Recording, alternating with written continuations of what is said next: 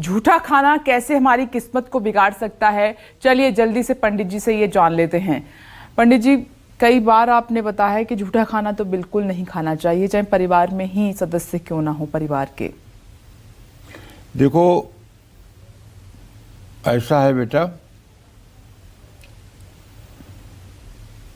गीता में जो मतलब कि तामसी भोजन का वर्णन किया गया है, उसमें भगवान श्री कृष्ण स्वयं कहते हैं, यातयामम गतरथम पूति पर्यूषितम च यत उच्छिष्टमपि चामेध्यम भोजन तामसः प्रिय।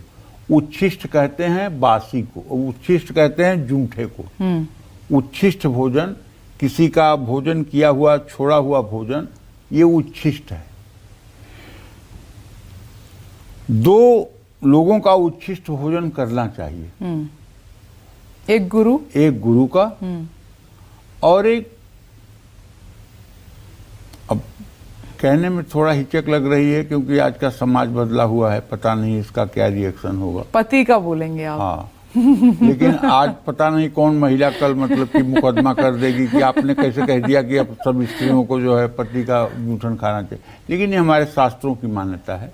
आप शास्त्रों के आधार पर बात कर रहे हैं? शास्त्रों के आधार पर बात कर रहे हैं। आप मत खाइएगा, मैं ये नहीं कह रहा हूँ कि आप खाइएगा ही, लेकिन शास्त्रों के आधार पर बात कह रहा हूँ क्योंकि शास्त्रों में लिखा गया है कि एक ही धर्म एक व्रत नेमा, काय वचन मन पतिपद प्रेमा।